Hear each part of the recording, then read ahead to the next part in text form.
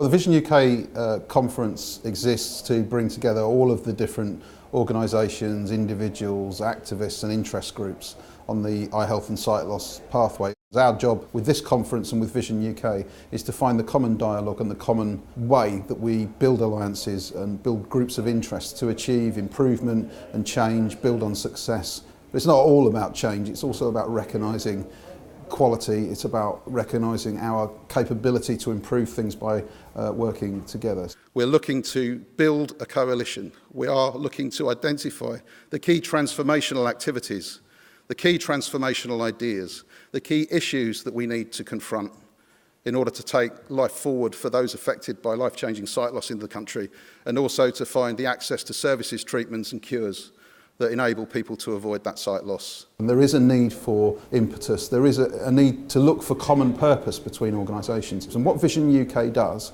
is build on the success where the connections work. So I'm coming at this from the point of view of one horrible statistic, that 75% of people of a working age with a visual impairment are out of work. Now, I don't think that's acceptable. I don't think that's something that we should simply feature as part of our understanding. The statistics show that those people with a visual impairment leaving university, after 5 or 6 years, have got a much lower level of achievement than their peers who've achieved the same grades and gone through the same kind of education. Now, it's not the fault of organisations that are supporting blind people that that's occurred, but it is a challenge to them.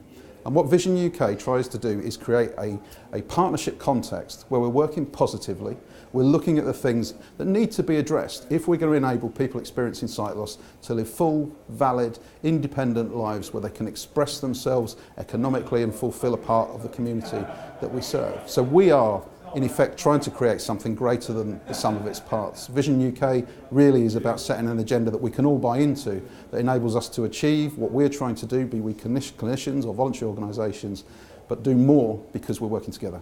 We've now had 9 years of the vision strategy, and we need to really think differently about how we take the next steps, because the external world has changed dramatically in that time. So we've got a new Vision UK body that's been created to take things forward. Vision UK comes about from the forming of 2 or 3 other organisations and activities. One of the things that I think we've recognised in the sector is that we need to be clear, we need to be talking about the things that we're setting out to do in a way that the wider population understand. So Vision UK, very simply, is here to make those transformational changes on the eye health and sight loss pathway. We've also got a much simpler vision ambition statement, which will mean that we can get many more individuals to buy in and own what we're trying to do, because when the strategy started it was very much about institutions and organisations.